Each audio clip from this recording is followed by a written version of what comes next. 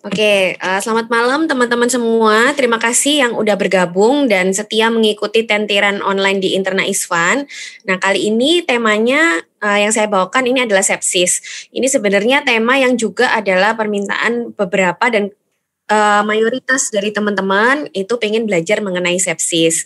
Ya, mungkin memang ini termasuk kasus yang sering juga kali ya kalian temui. Kenapa kok banyak yang minta ditentir sepsis? Oke, saya coba untuk menjelaskan sedikit dan mungkin nanti yang penting adalah bagaimana implementasi terapi di lapangan gitu ya. Oke, pembukaan dulu. Kenapa sih sepsis ini penting? Jadi benar sekali teman-teman, kenapa kok pengen tahu tentang sepsis? Karena memang sepsis ini termasuk dari 10 besar penyebab kematian ya di dunia. Dan dia ini adalah titik akhir penyebab kematian pada penyakit infeksi. Jadi terutama penyakit-penyakit infeksi itu kalau tidak tertangani dengan baik, ujungnya akan jatuh ke sepsis dan bisa sampai ke kematian. Dan dikatakan pada tahun 2017 itu sekitar 48,9 juta kasus di dunia ini dengan kematiannya itu 11 juta, cukup banyak ya. Dan 85% kasus itu terjadi di negara yang berpenghasilan rendah dan sedang seperti di Indonesia ini. Karena masalah higienis, masalah ini kita juga negara tropis, jadi negara kita kan memang kaya infeksi. Jadi sepsis ini pasti banyak dan sering kita temui.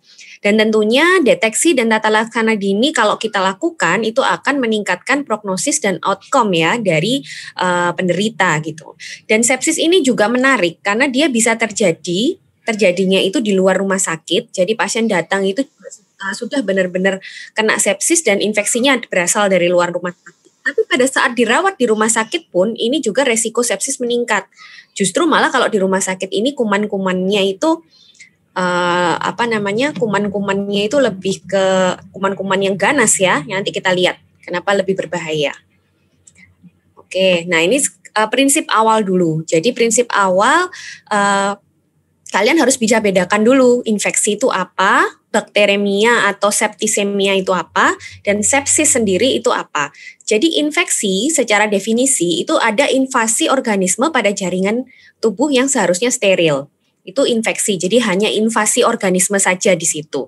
Misalnya kita luka ya, kena apa gitu, terus bengkak, keluar nanah atau apa, nah itu berarti kita terinfeksi ya, lukanya terinfeksi.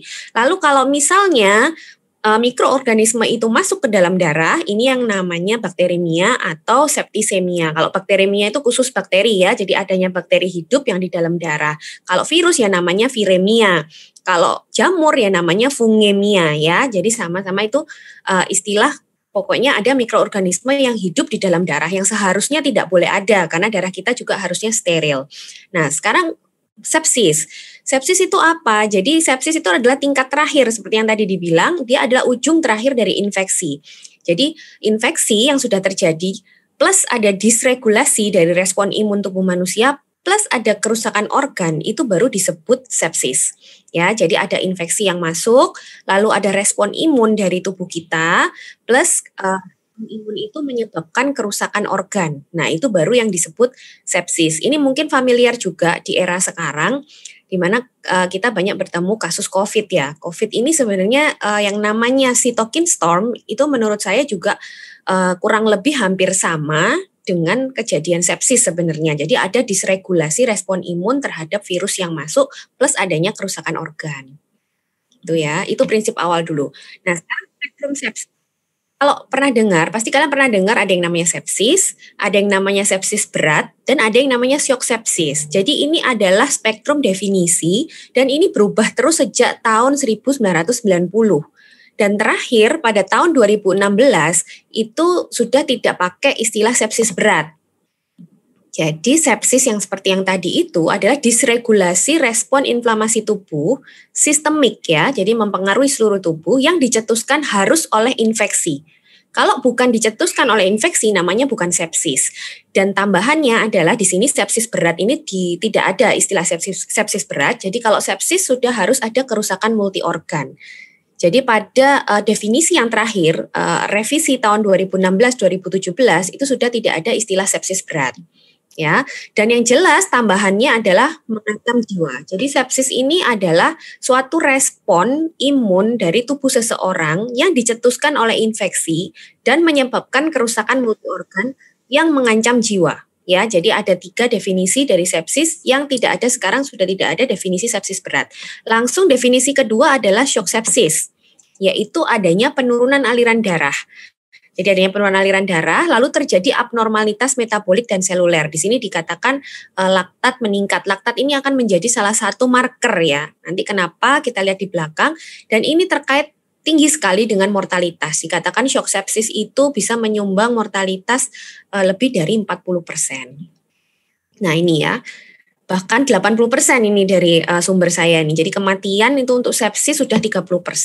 Ditambah lagi dengan kerusakan organ 50%, lalu ditambah dengan shock sepsis kematiannya bisa 80% ya. Jadi memang ini adalah kondisi yang benar-benar mengerikan ya, shock sepsis ini. Jadi jangan sampai pasien kita jatuh ke kondisi shock sepsis. Nah ini ada beberapa istilah yang juga pernah dipakai, sekarang juga sudah nggak dipakai ya. Jadi itu hanya tadi membedakan aja, tapi untuk definisi sepsis kita tidak memasukkan bakteremia, septikemia, atau keracunan darah. Ini sekilas untuk patofisiologi. Setiap tentiran saya selalu memberikan penjelasan patofisiologi ya, karena ini penting sebagai dasar kita juga untuk memberikan tata laksana pada pasien. Jadi ini saya pilihkan gambar yang agak jelas, maksudnya alurannya jelas. Jadi habis infeksi itu akan terjadi suatu SIRS. Pernah dengar ya dulu ada istilah SIRS ya, Systemic Immune Response Syndrome inflamatory ya, Systemic Inflammatory Response Syndrome ya. Dulu tuh SIRS. Jadi SIRS itu adalah suatu respon inflamasi yang belum tentu diputuskan atau belum tentu dipicu oleh infeksi. Tapi sekarang istilah SIRS itu juga dihapus. Dia tidak masuk ke dalam tidak masuk ke dalam spektrum dari sepsis. Nah, infeksi itu pasti akan menyebabkan reaksi imun sistemik ya, seperti tadi definisinya. Lalu dia akan mengeluarkan beberapa mediator tentunya. Jadi kalau ada infeksi masuk, pasti respon imun tubuh kita ini kan melawan. Anggap aja ada ada musuh masuk, tentara keluar semua. Nah, tentara juga membawa tembakan, membawa granat, nah semua mengeluarkan yang namanya mediator kimia. Nah ini contohnya ya, histamin, prostaglandin, sitokin, mulai IL-1, IL-6, TNF-alpha, tissue factor, kemokin, semua ini akan dikeluarkan dan inilah yang memberikan gejala pada pasien ya. Contohnya IL-1, IL-6, TNF-alpha itu semuanya berkontribusi pada keluhan demam. Sama juga prostaglandin juga. Nah, jadi semua mediator ini kalau sampai kita ada demam dan lain-lain itu berarti sudah keluar yang namanya mediator inflamasi ini. Nah, ini akhirnya efeknya juga ke pembuluh darah ya. Ya terjadi vasodilatasi, terus terjadi pelebaran dari pori-pori dari kapiler. Akhirnya terjadi leakage. Itu karena ada kerusakan di endotel. Nah, itu akhirnya nanti lama-lama cairan yang ada di dalam darah itu akan bocor semua ke interstitial, lama-lama terjadi shock seperti orang shock hipovolemik karena isi dari pembuluh darahnya lama-lama juga habis karena semuanya pori-porinya melebar semua, bocor di semua tempat. Selain itu dia juga berpengaruh pada sistem clotting ya. Kalau kalian ingat dulu kaskade koagulasi itu ada tissue factor, yaitu faktor 3, di mana faktor 3 ini nantinya akan merangsang secara langsung terjadinya pembekuan darah ya. Faktor akhirnya terjadi clotting ini tadi. Nah, semakin terjadi clotting, semakin banyak di mana-mana terjadi clotting, itu akan terjadi penurunan perfusi ke organ. Jadi perfusi ke organ pertama sudah berkurang karena adanya dehidrasi intravaskuler tadi ya, karena bocor itu pertama. Terus ditambah dengan adanya clotting di mana-mana. Misalnya arterinya kecil sekali, kapiler. Itu kalau ada clotting di situ jelas sudah tidak bisa ada aliran ke perifer. Jadi itu yang menyebabkan kerusakan multiorgan pada sepsis. Ya, nah nanti lama-lama kalau faktor pembekuannya dipakai terus-menerus dipakai, akhirnya habis akhirnya malah terjadi yang namanya perdarahan ini yang kita sebut DIC ya. Jadi disseminated intravascular coagulation. Jadi semakin banyak koagulasi di mana-mana, dipakai semua faktor koagulasinya, malah lama-lama habis, akhirnya ujungnya malah terjadi perdarahan yang tidak bisa terkontrol. Nah, ini nanti efek jangka panjangnya imunitas kita itu akan menjadi paralisis. Ada istilahnya namanya imun paralysis. Jadi setelah lama dia berperang ya, ini berperang, akhirnya hormon stres itu ikut keluar. Yang hormon stres yang kita tahu kan kortisol ya, karena itu memang hormon yang selalu keluar pada kondisi stres di dalam tubuh manusia. Nah, nanti kalau kortisolnya mulai keluar, itu nanti dia akan feedback negatif. Dia berusaha menekan ini semua. Menekan ini semua, malah akhirnya kalau misalnya infeksinya tidak dibendung, infeksinya terus terjadi, malah akan terjadi kegagalan sistem imun. Itu tuh suatu lingkaran setan ya. Jadi semakin lama malah terjadi paralisis imun, infeksinya tidak terkendali, semakin banyak bakterinya, sistem imun kita ditekan oleh kortisol. Nah, akhirnya akan semakin banyak terjadi infeksi, lalu alur ini akan terjadi berulang. Nah, seperti itu beratnya sepsis ya. Jadi memang ini sangat penting. Nah, ini juga sekilas aja, ini sama. Jadi faktor patogen juga berpengaruh ya. Jadi bagaimana jumlah mikroorganismenya, virulensinya seperti apa. Nah, ini reaksi-reaksi yang saya bilang tadi. Jadi sitokinnya dikeluarkan, rilis sitokin, lalu ada komplement juga teraktivasi, koagulasi juga teraktivasi, terus akhirnya sel-sel yang ikut mati karena efek dari sistem imun ini, sel-sel matinya itu nanti akan memicu lagi reaksi radang, begitu seterusnya ya. Nah, ini yang saya bilang tadi kortisol itu yang juga akhirnya dia ikut keluar sebagai respon dari tubuh kita yang mengalami stres. Nah, inilah kortisol ini yang akan mengganggu, jadi mengganggu fungsi dari sel-sel imun karena dia harus menekan. Jadi kalau dia anggap berlebihan, dia kan harus dikeluarkan untuk menekan. Tapi kalau menekan lalu infeksinya terus ada, akhirnya infeksinya ini bisa dominan ya. Jadi bisa dominan, akhirnya semakin merusak. Ya, seperti itu sekilas ya. Nah, ini gambaran yang lebih simpel ya. Jadi kalau misalnya ada bakteri masuk ke dalam darah nih, terus habis itu kan merangsang reaksi imun. Lalu tadi yang pertama terjadi adalah vasodilatasi dan kebocoran kapiler. Ini ya kelihatan di sini darah dan cairan, plasma dan darahnya semua bocor karena pori-porinya melebar semua seperti yang saya bilang tadi ya, vasodilatasi, leakage, jadi keluar semua, akhirnya aliran darah pasti turun ke organ-organ ini karena cairan yang ada di dalam pembuluh darah ini juga bocor semua, jadi terjadi dehidrasi intravaskuler ya. Terus akhirnya karena semua organnya kekurangan aliran darah dan termasuk kekurangan oksigen, akhirnya semua mengalami kerusakan. Biasanya yang sering adalah ginjal duluan, terus otak, lalu ini biasanya ARDS ya, terjadi ARDS pada paru-paru. Oke, nah ini kalau shock septic. Jadi kalau shock septic itu sebenarnya adalah fase lanjut. Ya, fase lanjut dari sepsis itu tadi karena semakin banyaknya nih kelihatan banget ya yang bocor, banyak sekali, lama-lama kan habis otomatis ya, plasma dan cairan yang ada di sini semakin habis, akhirnya terjadi yang namanya shock. Tapi lucunya uniknya pada shock sepsis itu, dia terjadi hipovolemik. Tapi normalnya itu kalau hipovolemik misalnya karena perdarahan ya, atau karena penyebab lain, itu biasanya pembuluh darah itu langsung vasokonstriksi untuk merespon dari dehidrasinya itu.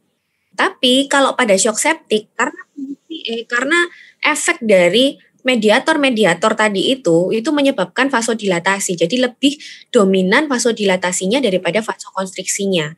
Akhirnya pada pasien sepsis ini udah terjadi dehidrasi, pembuluh darahnya juga melebar terus, jadi dia tidak punya kemampuan untuk mengecilkan pembuluh darah dan untuk meningkatkan tekanan perfusi ke jaringan. Jadi ini memang uniknya, makanya disebut shock distributif ya, karena dia tidak bisa mendistribusikan juga.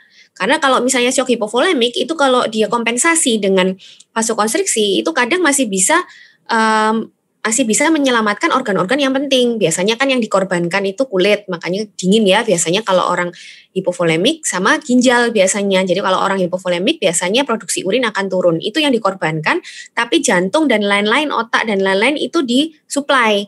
Jadi biasanya masih tertolong. Tapi kalau pada sepsis nggak ada mekanisme itu ya. Jadi vasodilatasinya sangat berlebihan itu karena efek dari sitokin-sitokin inflamasi. Akhirnya ada dua, kita memberikan cairan saja itu tidak cukup. Kita juga harus mengecilkan pembuluh darahnya. Karena itu pada sepsis, khusus sepsis, itu benar-benar dibutuhkan yang namanya vasopresor. Nanti kita lihat di belakang ya. Itu dasarnya dulu. Nah, ini tadi infeksi masuk ke darah menjadi bakteremi atau viremi dan lain-lain tadi, lalu akan terjadi early sepsis namanya. Jadi ini yang di fase ini yang kita harus deteksi dini ya. Jadi kita mencegah supaya tidak sampai terjadi sepsis dengan mendeteksi early sepsis. Apa itu early sepsis nanti? Kita lihat penyebabnya dulu deh. Jadi sepsis pasti semua udah tahu ya penyebabnya itu bisa bakteri nih ya, bisa jamur, bisa juga parasit, bisa juga virus ya. Jadi semuanya ini bisa menyebabkan sepsis. Dan dari penelitian itu ternyata yang diidentifikasi dari kultur itu tidak bisa semua ya. Jadi ternyata sekitar 50% kasus mikroorganisme itu tidak bisa diidentifikasi. Jadi kultur yang negatif itu tidak menyingkirkan diagnosis sepsis. Ya, yang kalau misalnya memang ditemukan sumber infeksi atau jelas ada sumber infeksi yang terlokalize, itu kalian harus tetap berpikir itu adalah sepsis. Karena ternyata 50% itu tidak bisa dideteksi di kultur. Ya, dan ini yang terdeteksi biasanya kalau bakteri aja 31%. Ada yang terdeteksi double ya, bakteri sama virus. Ada yang hanya virus aja. Bahkan tidak ada patogen yang teridentifikasi ternyata 52%. Ya, dan ini adalah faktor-faktor resiko orang yang beresiko terjadi sepsis dan ini yang memerlukan perhatian khusus. Nah, pertama misalnya sudah jelas ada bakteremi. Yang kedua lansia ya, lansia ini sangat beresiko terjadi sepsis. Yang ketiga usia sangat muda, misalnya bayi dan anak-anak. Lalu kondisi hamil, kondisi imunokompromis. Imunokompromis ini macam-macam ya, bisa diabetes mellitus, bisa mungkin HIV, bisa mungkin dia penggunaan steroid jangka panjang, itu juga masuk kondisi-kondisi imunokompromis, atau pasien kanker dan pasien yang mengalami atau memiliki penyakit-penyakit kronis itu semua masuk imunokompromis. Jadi orang-orang yang seperti itu sangat beresiko mengalami sepsis. Di sini ada faktor resiko pneumonia. Ternyata pneumonia itu adalah resiko terbanyak ya, terbanyak lokasi infeksi yang lain itu dia termasuk yang terbanyak beresiko terjadi sepsis. Tentunya juga perawatan ICU ya, perawatan ICU ini jelas karena kuman-kuman di situ juga ganas-ganas. Lalu ada riwayat MRS 90 hari sebelumnya. Ini ternyata juga penting. Jadi kalau 90 hari sebelumnya itu dianggap mungkin waktu itu dia sempat dapat antibiotik. Akhirnya kayak masih terjadi ketidakseimbangan di mikrobioma di dalam tubuhnya. Jadi kalau dalam 90 hari dia MRS lagi, hati-hati. Kalau dia memang infeksi lagi, hati-hati dia bisa jatuh dalam kondisi sepsis. Karena mungkin flora normalnya juga masih belum normal. Karena flora normal itu kan tujuannya menyeimbangkan imun ya. Kalau pas 90 hari sebelumnya kena antibiotik, kebanyakan keseimbangan flora normal itu terganggu. Jadi kalau dia MRS lagi, bisa lebih gampang jatuh ke kondisi sepsis. Dan tentunya faktor genetik ya, tapi faktor genetik ini sangat kecil. Nah, disinilah kita melakukan pencegahan. Kalau sudah menemukan infeksi dan jelas ada bukti dia memang ada di darah, kita harus mencegah terjadinya early sepsis. Nah, di sini ada yang namanya Quick SOFA score. Jadi Quick SOFA score itu digunakan untuk mendeteksi kira-kira early sepsis. Kalau dulu mungkin ini SIRS. Jadi SIRS itu kan dulu ada beberapa kriteria ya, dari nadinya, dari heart rate-nya, dari RR-nya, dari demam atau tidaknya, dari suhu naik atau turunnya. Itu kan dulu kriteria SIRS. Nah, kriteria SIRS itu ternyata setelah diteliti dia terlalu sensitif. Jadi bisa menjaring terlalu over gitu loh, terlalu over mungkin yang bukan sepsis pun kejaring. Akhirnya diperbaiki dengan menggunakan sekarang yang namanya Quick SOFA score. Jadi Quick SOFA score ini diharapkan lebih spesifik, jadi lebih bisa menjaring yang benar-benar early sepsis. Apa itu Quick SOFA score? Ini ya, prediksi early sepsis, ini bisa dilakukan memang di luar ICU ya. Jadi di IGD waktu pasien datang, dirawat inap, lalu dia di penelitiannya dia outcome-nya adalah mortalitas di rumah sakit dan perawatan ICU yang diperkirakan akan lebih dari 3 hari. Jadi dia bisa memprediksi sepsis awal, jadi sebelum terjadi sepsis. Nah ini hanya tiga saja ya, kalau SIRS dulu lebih rumit. Sekarang untuk mendeteksi sepsis kita hanya butuh 3. Jadi kalau ada orang datang ke UGD, dia jelas ada penurunan kesadaran, lalu takipnu dengan RR lebih dari 22 dan ada hipotensi dari 100, ini kita bisa kita bisa memasukkan dia sebagai early sepsis. Apalagi kalau jelas ada sumber infeksi. Jadi misalnya datang memang dengan misalnya ada luka yang jelas-jelas lukanya tuh jelas lukanya tuh cold gitu ya, kelihatan banget, atau misalnya gejala pneumonia, ada demam seperti itu. Jadi ada jelas ininya, lokasi infeksinya, plus 3 kondisi ini aja kalian juga sudah harus mencurigai pasien ini adalah early sepsis. Ya, di sini dikatakan kalau cuman ketemu 1 itu tidak terlalu high risk, tapi kalau sudah ketemu 2 atau 3 itu hati-hati, sudah mulai ada nanti gangguan atau disfungsi organ. Nah, ini sekarang tanda dan gejala sepsis ya. Ini tanda dulu. Tanda itu adalah yang kita lihat ya. Jadi yang kita lihat bukan yang dirasakan oleh pasien secara tanda dan gejala ya, hampir sama lah ya. Jadi kalau singkatannya ini adalah time. Jadi temperatur dulu kita lihat. Ini kalau tinggi lebih dari 38,3 atau kurang dari 36, ini juga hati-hati. Lalu jelas ada infeksi ya, jadi jelas ada sign and symptom dari infeksi. Terus ada penurunan kesadaran, lalu ada, nah ini yang penting, orang sepsis itu pasti terlihat sakit. Jadi jelas, meskipun tadi ada gejala-gejala seperti yang tadi, kalau misalnya orangnya kelihatan bisa duduk tegak, orangnya kelihatan sehat-sehat aja, itu hampir pasti bukan sepsis. Jadi orang sepsis pasti kelihatan extremely ill. Jadi kalian pasti bisa membedakan kalau nanti sering ketemu, jadi orang sepsis itu akan terlihat sangat sakit. Ya, jadi dari klinis aja sudah bisa kelihatan. Jadi kalau misalnya tadi ada gejala penurunan kesadaran, terus sesak dengan tadi itu, kalau misalnya kelihatan jelas-jelas mukanya memang muka orang sakit, ya itu hati-hati, bisa kemungkinan besar dia memang sepsis. Nah, ini ada juga singkatan ya sepsis. Jadi ada shivering fever. Jadi dia demamnya tuh tinggi sampai menggigil atau malah justru dingin, suhunya di bawah 36. Lalu E-nya itu extreme pain ya, jadi dia merasa sangat tidak enak badan di semua lokasi badannya. Nah, itu biasanya dia kelihatan sangat sakitnya di situ. Lalu pale, pucat, lalu sleepy ya, sleepy mulai ada penurunan kesadaran, mulai bingung, mulai meracau. Nah, ini yang I, nah itu dia merasa, pokoknya dia merasa terrible banget lah, kondisi badannya itu tidak enak sekali. Dan yang terakhir adalah sesak itu tadi ya. Nah, sekarang pada shock sepsis. Nah, ini teori lama ya. Sebenarnya pada teori lama itu pada shock septic ini bisa terjadi 2 hal. Ini yang membuat penanganan shock septic ini agak sulit. Jadi yang pertama itu ada hyperdynamic shock ya.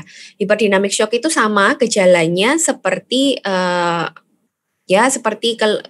seperti hipovolemik sebelumnya. Jadi ada hipotensi, takikardi, takipnu. Jadi ini bisa kalau masih dalam fase hyperdynamic shock ini, dia nanti masih bisa diperbaiki dengan cairan. Jadi gejalanya sama seperti hipovolemik. Biasanya karena venous pooling itu tadi karena dia vasodilatasi, akhirnya tidak bisa mengalir darahnya karena sedikit. Lalu ada juga insensible water loss ya, karena dia demam, otomatis kan penguapan dari cairan tubuhnya juga semakin tinggi. Nah, kalau masih yang hiperdinamik ini, dia bisa diresusitasi cairan karena prinsipnya sama seperti orang shock hipovolemik. Tapi hati-hati kalau dia sudah masuk ke fase hipodynamic shock. Karena hipodynamic shock ini sudah melibatkan depresi dari jantung. Jadi pada shock septic, pada sepsis ini yang berbahaya adalah dia bisa mempengaruhi jantung juga secara langsung, karena tadi itu mediator inflamasi itu juga terbukti bisa langsung depresi dan luka. Jadi memang hati-hati. Jadi kalau sudah masuk ke fase cold hypodynamic shock, ini cardiac outputnya justru akan rendah. Jadi di sini terjadi campuran antara shock hipovolemik dengan shock kardiogenik. Jadi ini akan sulit penanganannya karena cairan justru akan berbahaya. Ya, jadi pada shock septic, nah resusitasi cairan tidak akan bermanfaat. Nah di sini seninya kita mentata laksana pasien shock sepsis, karena kita harus tahu kapan dia ada di hyperdynamic shock, kita masih bisa pakai cairan, tapi kapan dia sudah masuk ke cold hypodynamic shock, di mana cairan itu justru akan membahayakan. Kalau outputnya rendah, otomatis resiko overloadnya juga akan meningkat. Ini bedanya dengan hipovolemik biasa. Kalau hipovolemik biasa kita masukkan gerojok cairan, jantungnya nggak akan terpengaruh. Tapi kalau pada pasien sepsis, ada kemungkinan jantungnya suatu saat akan terjadi depresi juga miokardnya. Akhirnya kalau kita berikan cairan justru akan memberikan morbiditas pada dia. Jadi kita harus memberikan cairan di sini harus benar-benar hati-hati dan challenge ya sifatnya.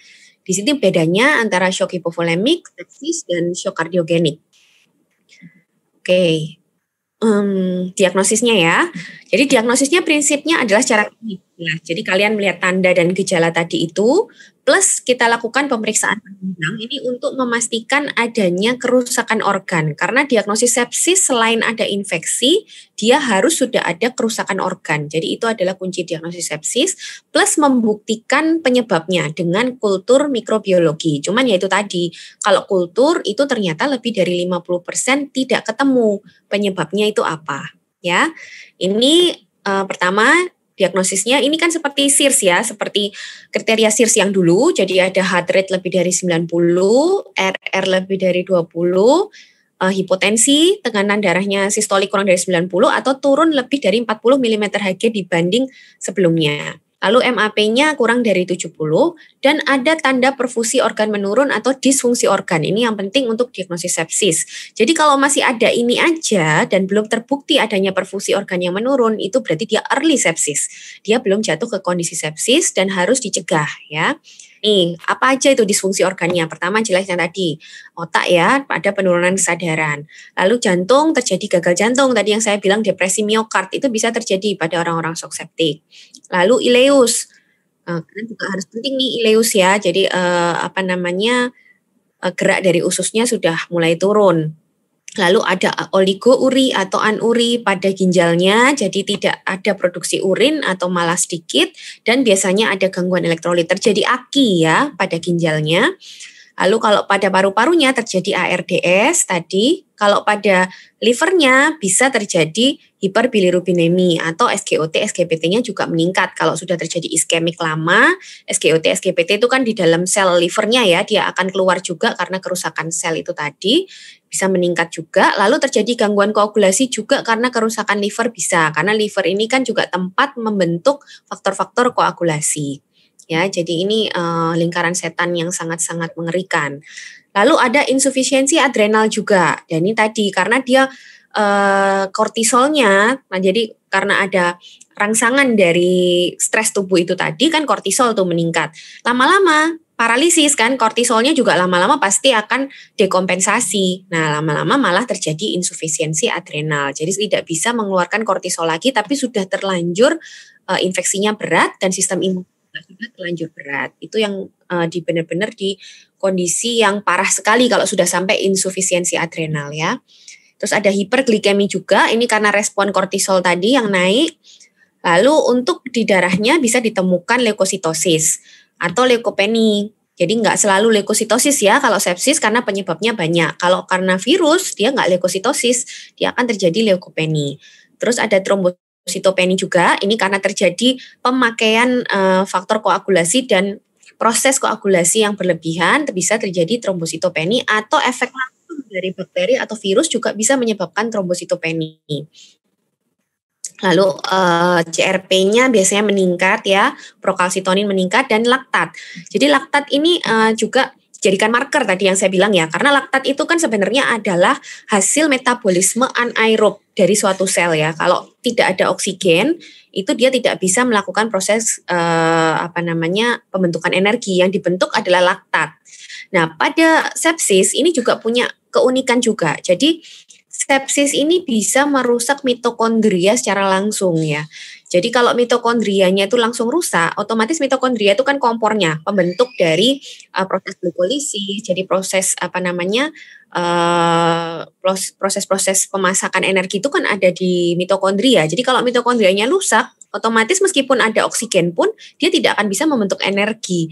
Akhirnya terbentuklah laktat. Kenapa laktat ini unik pada sepsis? Karena laktat ini tidak bisa terkoreksi dengan cairan. Jadi harusnya kalau itu kan penyebabnya hanya karena kekurangan perfusi, kalau perfusinya diperbaiki kan laktatnya juga pasti akan hilang karena dia kan terbentuk tidak terbentuk laktat lagi ya, karena metabolismenya itu akan menjadi aerob.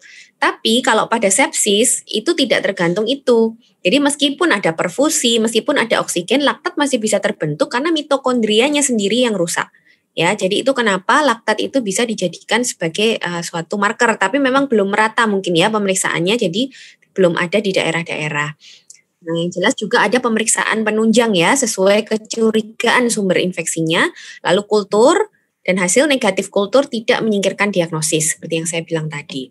Nah, sekarang gimana cara kultur yang benar? Ini bukan tugas kalian sih sebenarnya, tapi ini bisa kalian anggap sebagai, jadi kalau negatif, mungkin memang ada teknik di sini yang agak salah atau kurang benar ya. Jadi sampel itu harusnya diambil dari 3 tempat harusnya, itu saya kurang nulisnya. Yang pertama diambil dari darah yang pasti. Lalu yang kedua, kalau jelas ada lokasi yang disuspek sebagai lokasi infeksi juga harus diambil di situ. Yang ketiga, kalau misalnya ini pasien sudah di rumah sakit dan sudah terpasang beberapa alat ya, misalnya NG tube atau IV-CAT atau Folicat, urin, itu juga kalau sudah dipasang lebih dari 48 jam, di semua tempat itu juga harus diambil sampel. Harusnya begitu. Itu kalau untuk yang di rumah sakit. Kalau yang belum masuk rumah sakit, darah dan lokasi suspek infeksi aja. Dan diambilnya itu minimal 2-4 sampel. Jadi sebanyak mungkin itu lebih baik dengan jumlah 10 mili pada lokasi yang berbeda-beda dan harus diberikan sebelum pemberian antibiotik. Itu harus, ya itu yang sering kalau di lapangan ya teknisnya biasanya jarang sekali bisa mengambil sampel kultur pada saat di IGD. Biasanya baru besoknya setelah pasien masuk ruangan, ya itu makanya kenapa kok akhirnya terdeteksi banyak yang negatif karena mungkin sudah dapat antibiotik ya. Terus ini juga harus dilakukan, jadi kulturnya tidak boleh aerob aja tapi aerob dan anaerob. Dan hati-hati kontaminasi. Jadi teknik aseptik yang baik itu saat pengambilan sampel sangat berpengaruh karena hasilnya bisa kontaminan. Jadi ini contohnya, misalnya cuma ditemukan satu kultur positif dari beberapa bakteri ini kemungkinan besar dia hanya kontaminan. Jadi sebenarnya aturannya itu sebelum mengambil sampel darah untuk kultur itu harus didisinfeksi dulu. Biasanya pakai betadine ya, dan ditunggu dulu 2 menit. Itu menunggu betadinnya bekerja dulu, jadi nggak langsung ya ditusuk, ditunggu 2 menit, baru diambil. Nah, nanti kalau misalnya kalian ketemu ternyata kulturnya itu positif hanya ini, salah satu dari ini, itu kemungkinan besar dia kontaminasi dari kulit, karena ini adalah bakteri-bakteri kulit. Nah, ini sekilas lagi, sepsis itu nggak sama ya sama SIRS, dan SIRS itu sudah nggak dipakai lagi dalam spektrum kriteria SIRS. Nah, ini sama-sama sebenarnya dia respon inflamasi tubuh dan tanda dan gejalanya sangat mirip. Penyebabnya SIRS adalah non-infeksi. Ya, sebenarnya gejalanya sama. Cuman penyebabnya kalau SIRS itu bukan infeksi. Apa aja penyebabnya? Ini contohnya infak miokard akut, emboli paru akut. Yang paling sering adalah pankreatitis akut. Pankreatitis akut itu mirip sekali gejalanya dengan sepsis. Terus itu ada beberapa ya, reaksi alergi juga bisa seperti itu. Insufisiensi adrenal yang akut juga bisa. Ini bahkan perdarahan gastrointestinal akut itu juga bisa gejalanya mirip sepsis karena terjadi shock hipovolemik ya. Oke. Ini sekilas aja, jadi ini adalah spektrum juga. Jadi sepsis sama SIRS ini sebenarnya mirip, cuman SIRS ini tidak disebabkan oleh infeksi, tapi karena trauma, karena ini kan pankreatitis, semuanya menyebabkan kerusakan organ, bisa menyebabkan kerusakan organ dan nanti ujungnya ke mortalitas ya. Nah, kalau untuk tadi itu kita pakai quick SOFA score ya untuk mendeteksi early sepsis. Tapi kalau untuk mendeteksi disfungsi organ itu ada skor juga yang namanya SOFA score. Tapi kita lihat. Nah, ini lokasi-lokasi infeksi yang terbanyak. Ternyata itu yang paling banyak adalah infeksi respiratori, tadi pneumonia, makanya dia juga termasuk faktor resiko terjadi sepsis. Yang kedua ternyata diare. Nah, diare, terus infeksi sistemik lain, dan infeksi pada otak atau sumsum tulang. Ini ada beberapa detailnya, nanti bisa dibaca aja. Jadi penyebab-penyebabnya paling banyak kalau sistemik infeksi akut tuh dengue ya. Dengue ini juga bisa menyebabkan gambaran shock sepsis seperti itu. Terus diare, ini juga E. coli yang biasanya terbanyak itu E. coli. Terus respiratori ini terbanyak. Nah, ini di luar negeri kali ya, leptospira ini. Ini kayaknya di Asia Tenggara. Tapi biasanya kalau respiratory infeksi kebanyakan kalau di sini biasanya bakteri. Ya, dan ini disebut akut tuh kalau kurang dari 14 hari. Oke, ini yang namanya SOFA-score ya.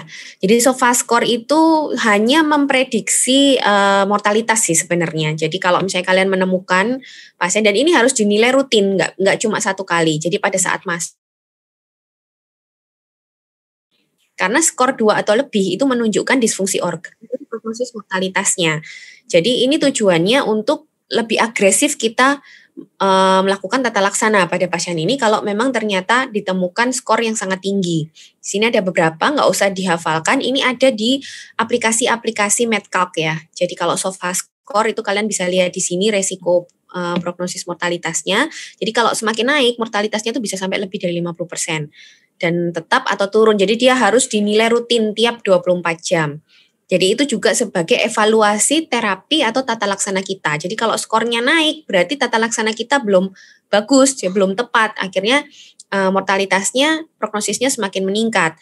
Tapi kalau skornya turun, kan mortalitasnya juga turun. Berarti terapi kita atau tata laksana kita sudah, maksudnya sudah mengarah ke benar ya. Oh benar, jadi respon seperti ini dan lain-lain. Itu bisa dilihat juga dari SOFA score. Nah, sekarang prinsip tata laksana dari sepsis. Intinya ada 3. Yang pertama jelas manajemen hemodinamik, jadi ABC tetap utama ya. Yang kedua manajemen infeksinya, ini yang penting juga. Dan yang ketiga adalah modulasi respon dari imunnya. Untuk pertama kali tata laksananya, jadi sebenarnya sepsis ini adalah emergency medical ya, jadi kondisi darurat medis. Sehingga kita harus bisa mendeteksi secara dini dan memberikan tata laksana yang tepat. Nah, ini adalah satu tata laksana yang harus dilakukan dalam 1 jam pertama, ini namanya sepsis campaign ya. Jadi sepsis itu punya namanya surviving sepsis campaign. Jadi kampanye untuk tata laksana sepsis, dan ini juga berubah beberapa kali ya. Sebelum yang 1 hour bundle ini, sebelumnya beberapa terapi itu agak longgar, jadi bisa dilakukan dalam 3-6 jam. Tapi pada yang terakhir ini dipercepat. Jadi dalam 1 jam semua harus bisa dilakukan. Karena dianggap semakin kita menunda, itu mortalitas akan semakin meningkat. Nah, apa aja itu 1 hour bundle? Jadi 1 hour bundle itu artinya bisa kalian lakukan di UGD ya. Karena ini dihitung dari pertama kali pasien datang. Jadi dalam 1 jam itu kalian sudah harus melakukan beberapa hal untuk menyelamatkan pasien. Paling nggak mengurangi prognosis untuk morbiditas dan mortalitasnya. Yang pertama langsung pasang cairan. Dan pilihannya itu adalah kristaloid dengan kecepatan 30 cc per kilogram berat badan per jam. Ini bisa sampai 3 jam ya. Lalu yang kedua, ini kalau nggak ada nggak usah dilakukan. Jadi memang mengukur kadar laktat itu adalah tujuan yang kedua. Lalu yang ketiga jelas mengambil spesimen kultur darah sebelum masuknya antibiotik. Tapi yang tadi saya bilang itu ya, biasanya kalau teknis di lapangan tidak mudah. Bahkan mungkin petugasnya kalau malam-malam sudah nggak ada untuk mengambil spesimen kultur darah. Ya sudah, mau gimana lagi ya dilakukan besoknya. Tapi yang penting cairan ini harus dimasukkan. Lalu langsung berikan antibiotik saat itu juga secara empirik sesuai dengan kira-kira lokasi infeksinya. Nah itu apa aja kira-kira lokasi infeksi apa, lalu apa yang harus diberikan. Nanti saya berikan beberapa pedoman di belakang, tapi bisa tergantung kembali lagi ke masing-masing fasilitas ya. Jadi pemberian antibiotik itu tergantung peta kuman sebenarnya.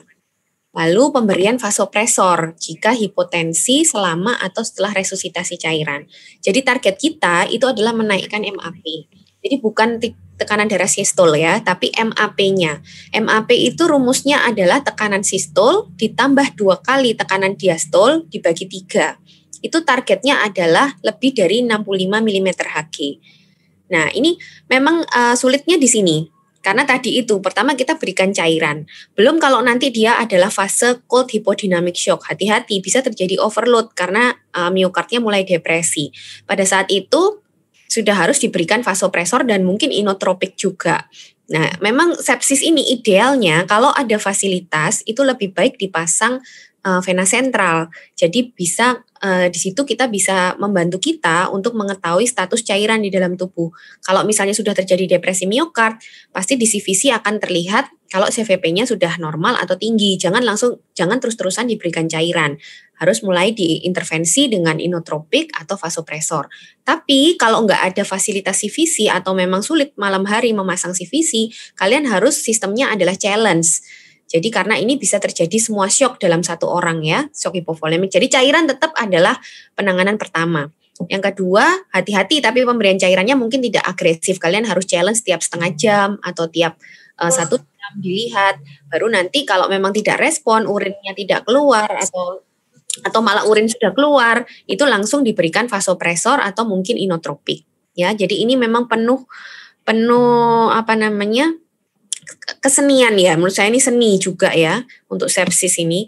Dan semakin lama jeda antara hipotensi sepsis dengan pemberian antibiotik itu dikatakan prognosis makin buruk. Jadi kalian juga harus langsung memberikan antibiotik yang empirik pada saat di UGD. Jadi jangan menunggu di ruangan ya.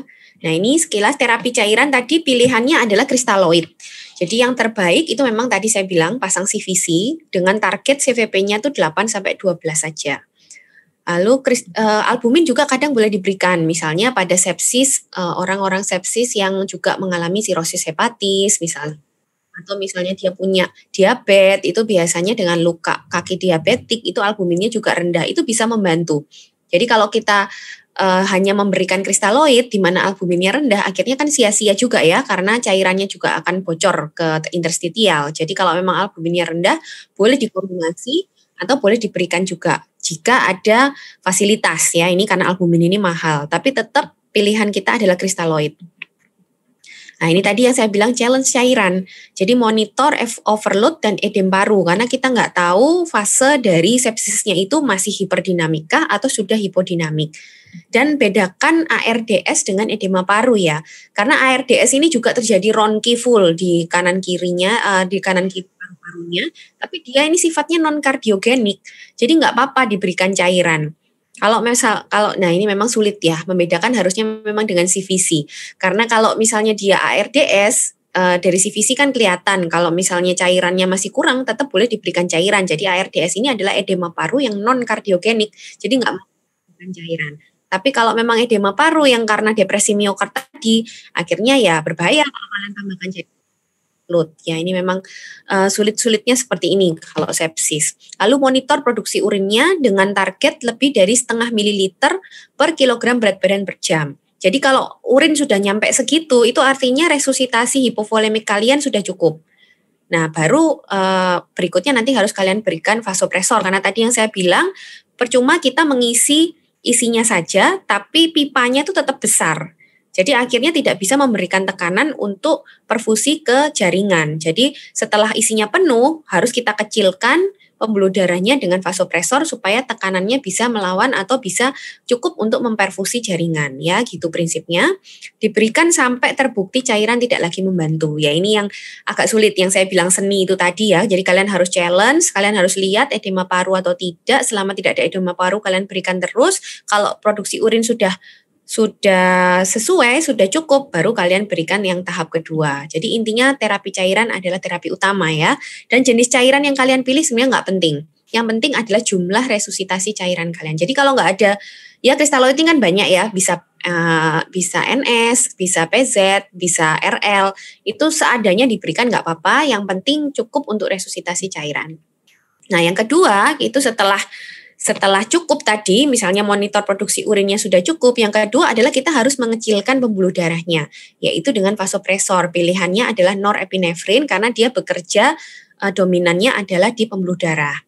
Dopamin bisa sebagai alternatif, tapi hanya untuk pasien-pasien tertentu. Karena apa? Karena dopamin ini bisa menginduksi terjadinya takikardi. Jadi kalau sepsis itu kan sudah biasanya nadinya sudah cepat juga ya, di atas 100. Kalau diberikan dopamin bisa-bisa terjadi peningkatan atau takikardi atau SVT malahan. Makanya dopamin ini bukan pilihan ya, apalagi kalau nadinya masih di atas 100. Oke, dobutamin ini juga boleh diberikan. Nah, dobutamin ini biasanya kecurigaan ada shock kardiogenik juga. Jadi kalau misalnya kita sudah berikan cairan, misalnya cairan sudah cukup dengan produksi urin sudah cukup, kita berikan norepinefrin misalnya. Setelah itu tensi tetap nggak naik. Nah, hati-hati kalau tetap seperti itu, berarti mungkin sudah mulai ada depresi miokard. Boleh ditambahkan doputamin.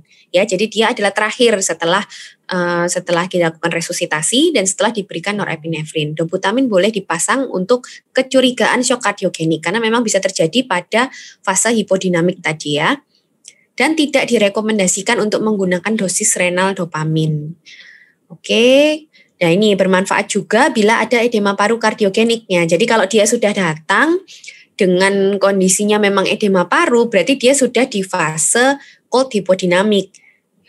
Cold hipodinamik. Jadi kalian tidak boleh cairan, justru malah harus memberikan inotropik dan vasopresor ya. Oke, nah ini pemberian antibiotik. Nah, untuk antibiotik empirik sebisa mungkin berikan IV ya, yang broad spektrum.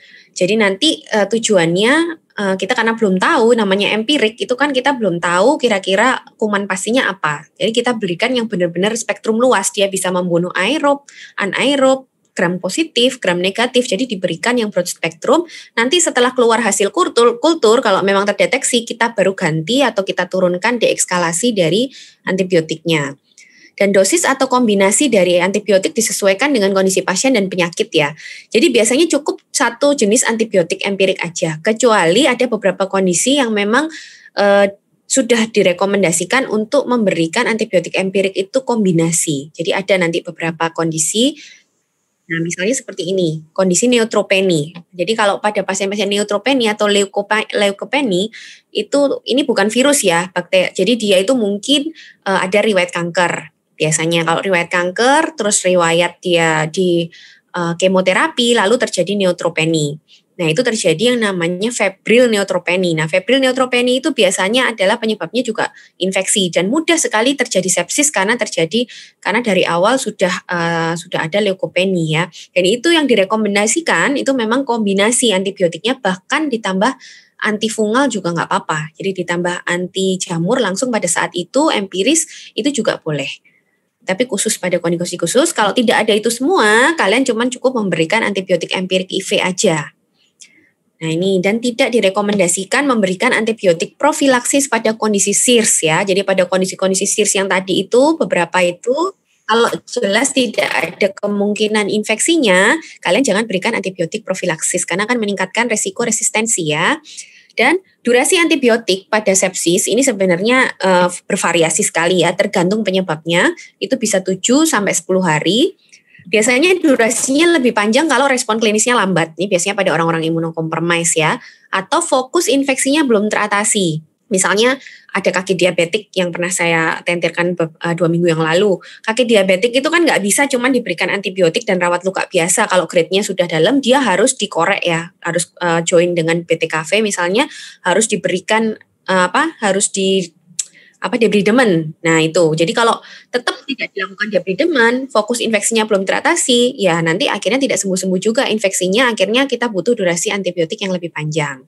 Infeksi jamur jelas ya, dia pasti butuh lebih panjang, dan Bacteremia Staphylococcus aureus ini termasuk yang ganas, jadi biasanya memang 7 sampai 10 hari. Kalau durasinya lebih pendek, biasanya dia resolusi klinisnya cepat, dan sumber infeksinya sudah terkontrol. Jadi sumber infeksi terkontrol ini sangat penting sekali ya. Jadi nah ini kita harus kontrol sumber infeksinya. Jadi kalau misalnya nih dia ada penggunaan kateter urin juga jangka panjang, terus dia datang dengan curiga sepsis, ya berarti kateternya itu yang harus penyebabnya di situ. Jadi harus dilepas, nanti boleh dipasang lagi tapi diganti. Jadi kita harus tahu sumbernya apa, terus kita harus mengontrol sumber itu. Itu yang penting. Misalnya kalau pneumonia, ya antibiotik yang sesuai pneumonia. Atau misalnya abses paru, kan pernah ya abses paru, juga nanti mungkin harus ada drainase juga. Jadi tidak hanya memberikan antibiotik. Misalnya ada emphysema, seperti itu butuh juga mengeluarkan sumber infeksi itu. Jadi harus dikontrol. Di sini saya tulis procalcitonin. Jadi procalcitonin ini adalah suatu pemeriksaan yang bisa membantu perbedaan, jadi kita bisa membedakan infeksinya ini bakteri atau virus. Dan dia juga bisa digunakan untuk membantu kita kapan kita menghentikan antibiotik. Tapi memang ini pemeriksaannya juga masih mahal, di rumah sakit pemerintah pun belum rutin dilakukan. Tapi ini kalian harus tahu, ada yang namanya procalcitonin dan dia bisa membantu untuk terapi antibiotik terutama untuk bakteri ya. Dan pemilihan antibiotiknya jelas tergantung banyak hal ya, tergantung komorbidnya, tergantung peta kumannya, tergantung riwayat antibiotik juga yang pernah diberikan.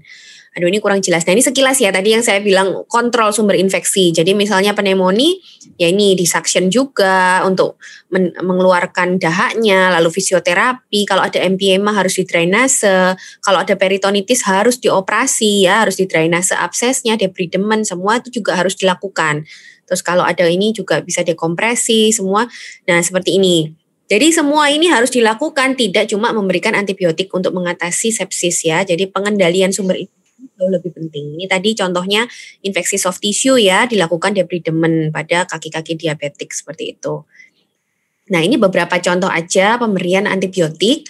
Kalau misalnya diduganya bukan Pseudomonas, ini memang nganu ya. Jadi ini biasanya ngomongin di ICU. Pseudomonas ini biasanya adalah kuman-kuman ICU. Jadi langsung biasanya pemberiannya langsung vancomycin, langsung seperti ini.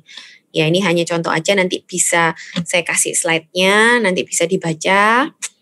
Nah ini beberapa contoh juga, kalau misalnya orang ini normal, tidak ada imunokompromis, biasanya menggunakan ceftriaxone. Ini pasti sudah ada di klinik-klinik, di rumah sakit dan di mana-mana kayaknya sudah ada. Jadi kalau kalian curiga ada sepsis, antibiotik empirisnya berikan ceftriaxone, nggak apa-apa. Ini boleh. Ini yang non imunokompromis ya, yang orang yang tidak punya riwayat imunokompromis. Kalau neutropenia seperti yang saya tadi bilang, biasanya kombinasi dan biasanya langsung golongan meropenem kalau sudah neutropenia ya. Terus ini juga ada orang yang splenectomy, ini juga boleh pakai ceftriaxone. Dan ini AIDS ini sudah nggak bisa nih pakai ceftriaxone, dia harus pakai cefepime ya. Ini pilihan-pilihan aja juga. Ini pokoknya kalau kalian di UGD udah masukkan ceftriaxone aja mungkin gitu. Oke. Nah lain-lain. Nah ini kalau misalnya shock tadi refraktor itu berarti kemungkinan sudah ada insufisiensi adrenal yang saya cerita di awal tadi. Jadi kalau sudah sampai tahap akhir terjadi insufisiensi adrenal itu kita butuh tambahan steroid. Tapi sayangnya sebenarnya steroid yang berguna itu adalah hidrokortison. Dan ini belum ada di mana-mana. Di Indonesia jarang sekali kita punya hidrokortison. Biasanya diberikan steroid biasa itu tidak mempan. Karena hidrokortison ini kita juga mengambil efek efek cairannya, karena kan ada efek glukokortikoid dan mineralokortikoid ya. Pada hidrokortison ini dia punya efek mineralokortikoid. Jadi ini yang dibutuhkan juga untuk mengatasi shocknya. Ya udah kalau shock refraktor ya kita nggak bisa apa-apa kalau nggak punya hidrokortison. Lalu transfusi darah, kapan kita transfusi pada orang-orang sepsis? Sama seperti indikasi yang lain. Jadi kalau HB-nya kurang dari 7 baru kita transfusi. Kecuali ada kondisi-kondisi misalnya perdarahan akut atau ada rencana tindakan, misalnya tadi rencana debridement, rencana apa, mungkin dokter bedahnya minta target HB tertentu, itu boleh ditransfusi ya, dan tidak direkomendasikan eritropoietin, FFP atau platelet kalau tidak ada indikasi. Ya, tidak direkomendasikan juga pemberian IVIG dan tidak direkomendasikan pemberian heparin kecuali ada di IC. Ya, kalau tidak ada di IC, jelas-jelas tidak ada di IC, tidak boleh diberikan heparin. Nah, ini ventilasi mekanik sekilas aja. Ini yang sekarang tren ya, karena sepsis, karena COVID ini kita banyak butuh ventilasi mekanik. Ini khusus juga, dia tidak bisa. Nah ini bedanya dengan COVID, saya mau ngasih tahu sedikit ya. Jadi pada COVID itu justru tidak boleh dilakukan. Jadi ini ada settingan-settingan tertentu yang tidak boleh dilakukan pada COVID. Kalau ARDS-nya non-COVID itu boleh. Jadi dia tidal volume rendah, PIP lebih tinggi. Tapi kalau pada COVID itu ternyata PIP-nya tidak boleh terlalu tinggi karena justru bisa menyebabkan akut lung injury akibat ventilator. Itu yang menyebabkan mortalitas pada COVID itu lebih tinggi di awal-awal dulu karena orang kan belum tahu ya, tapi sekarang sudah mulai paham, akhirnya settingannya diubah. Ya seperti ini hanya sekedar nice to know aja. Lalu jangan lupa kontrol glukosa darah seperti yang saya enterkan minggu lalu. Kalau ada kegawatan yang non diabetes itu juga gula darah harus tetap diregulasi karena targetnya adalah di bawah 180 dan monitor tetap gula darahnya tiap 1-2 jam. Nah, pada pasien sepsis juga tidak jarang jatuh ke kondisi AKI ya. AKI sampai bahkan butuh cuci darah. Tapi ini adalah beberapa pilihan renal replacement therapy, bisa intermittent, bisa continuous. Continuous itu kalau kalian pernah dengar CRRT, jadi HD yang dilakukan bisa 12 jam. Itu biasanya untuk shock sepsis yang sangat berat, yang tensinya tidak stabil, tidak bisa dilakukan HD biasa karena akan menyebabkan tensi tambah drop. Tapi bisa dilakukan namanya SLED atau CRRT, jadi yang durasinya lebih lama ya. Profilaksis, ini profilaksis untuk seperti VTE itu seperti DVD ya, itu kadang juga perlu. Lalu profilaksis stress ulcer boleh diberikan PPI, jelas pada orang-orang sepsis pasti ada stress ulcer. Lalu untuk nutrisinya, kalau pasien tidak sadar, lebih baik pilihan utama kita adalah enteral ya, NGT. Jangan pilihan untuk parenteral karena akan malah merusak ususnya akan semakin mudah terinfeksi kalau tidak kita pakai. Jadi lebih baik enteral feeding dan boleh diberikan agen prokinetik untuk membantu ileusnya itu tadi. Oke, ini terakhir, jadi sekilas aja ini adalah rangkuman tadi ya. Jadi yang jelas adalah terapi cairan, ini bisa nanti kalian lihat untuk algoritmanya hampir sama seperti yang saya jelasin tadi. Cuman ini kalau sudah curiga shock kardiogenik sebenarnya dianjurkan untuk langsung echo, tapi kan juga nggak mungkin ya kalau di UGD di Indonesia juga tidak mungkin tersedia langsung ada echo di situ kecuali di rumah sakit pendidikan ya. Baru setelah itu sama vasopresor seperti ini sama semua. Kalau persisten shock bisa digunakan hidrokortison sama ini nanti bisa dibaca. Ini terakhir juga pencegahan, intinya pencegahan itu bisa dilakukan di komunitas ya, tentunya dengan higienitas, dengan vaksin, lalu pencegahan infeksi di fasilitas kesehatan juga penting karena bisa terjadi sepsis di rumah sakit, lalu pencegahan juga terjadi sepsis pada yang sudah terinfeksi tadi, jadi jangan sampai terjadi sepsis kepada pasien-pasien yang sudah punya infeksi. Caranya gimana? Dengan deteksi dini, tata laksana optimal, pemberian antibiotik tepat, ini dan terapi agresif untuk infeksi nosokomial lokalnya ya. Nah ini faktor prognosis aja sekilas. Jadi jadi sepsis ini prognosisnya tergantung beberapa faktor ya, dari hostnya sendiri, dari lokasi infeksinya. Ternyata yang paling tinggi mortalitas itu adalah infeksi pada GI tract tadi ya, pada diare tadi. Dan nosokomial juga. Jadi nosokomial ini kematiannya jauh lebih tinggi daripada infeksi komunitas. Terus lain-lain seperti pemberian dini, semakin dini diberikan antibiotik, prognosis semakin bagus. Dan bila kita gagal memperbaiki perfusi jaringan, ini juga prognosisnya semakin jelek. Ini juga nanti bisa dibaca ya, ternyata jangka panjangnya prognosis dari sepsis ini juga efeknya banyak. Jadi ada yang beberapa waktu akan MRS lagi, seperti itu. Jadi kalau sudah jatuh ke kondisi sepsis, apalagi shock septik, itu ternyata prognosis jangka panjangnya kurang baik ya. Oke, terima kasih. Sekian, mungkin kita bahas dari tanya jawab ya.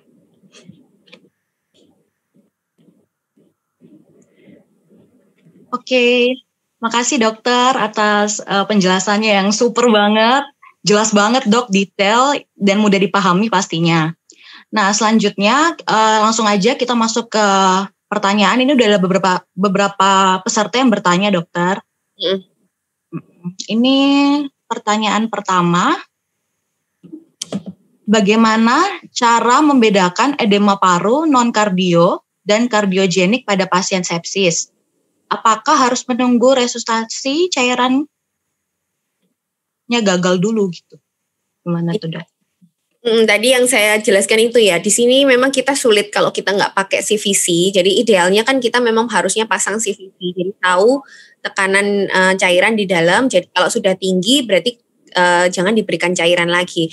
Tapi memang kalau tidak ada fasilitas itu ya akhirnya kita memang benar-benar harus monitor ketat. Jadi resusitasi di challenge mungkin tiap 30 menit. Tiap 1 jam selama belum terjadi edema paru, tidak ada ronki ya dilanjutkan aja. Memang begitu caranya. Karena pada sepsis ini prinsip utamanya adalah kita harus mengisi cairannya dulu. Jadi selama cairannya kosong, kita juga tidak akan bisa memperbaiki perfusi ke jaringan. Jadi sama-sama maju kena, mundur kena ya. Kalau kita biarkan, nantinya dia akan jatuh ke kondisi depresi miokard juga sama aja. Akan membunuh pasien juga. Tapi kalau kita lakukan cairan, nanti kalau terlalu banyak, dia juga akan jatuh ke overload. Ya memang begitu. Tapi ya itu tergantung monitor kita. Sulitnya memang penanganan sepsis di sini ya. Kecuali kalau kalian punya fasilitas langsung pemasangan CVC, itu enak.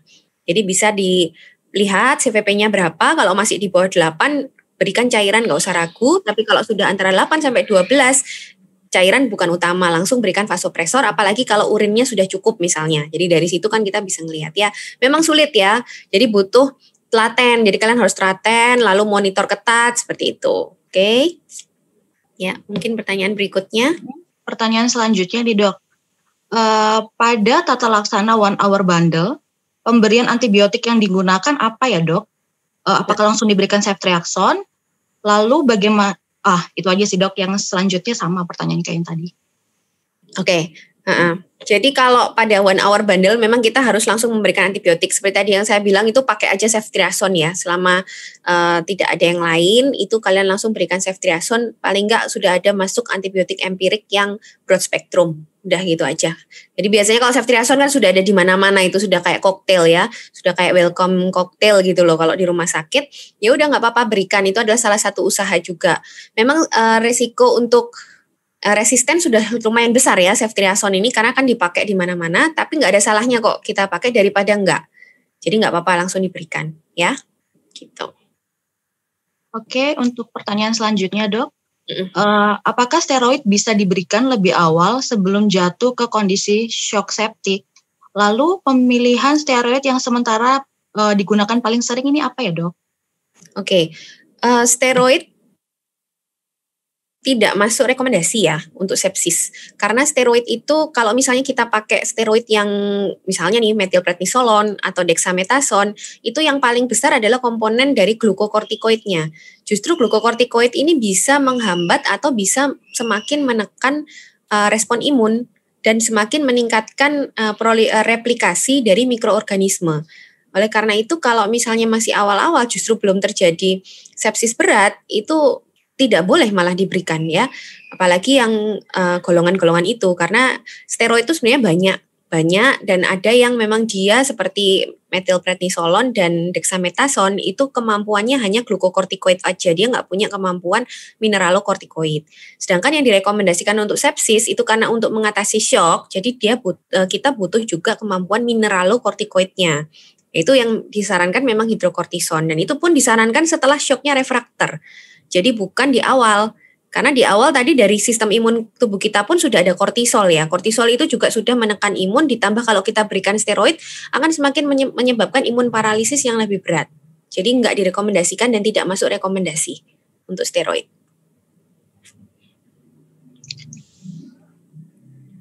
Oke. Pertanyaan selanjutnya dokter. Ini yang ada yang bertanya mengenai pemeriksaan kultur darah. Itu lokasi pengambilan sampelnya di mana saja ya dok? Kemudian kapan sih kita menggunakan SOFA-score dan Key-SOFA-score? Kemudian pertanyaan yang ketiga, indikasi pasien boleh dipindahkan ke ruangan atau boleh dipulangkan? Itu seperti apa dok? Apakah ada kriteria target dan indikator tertentu? Ya, kultur darah tadi sudah ya dijelaskan. Jadi kultur darah itu idealnya diambil dari darah. Yang pertama, terus yang kedua di lokasi. Ini maksudnya kultur darahnya. Kalau kultur darahnya biasanya 2 tempat ya, 2 tempat di yang berbeda. Misalnya lengan kanan sama lengan kiri. Gitu. Kalau kultur darahnya aja, tapi sebenarnya juga harus diambil di lokasi infeksi juga, sama di alat-alat yang sudah terpasang lebih dari 48 jam tadi kalau dia di rumah sakit.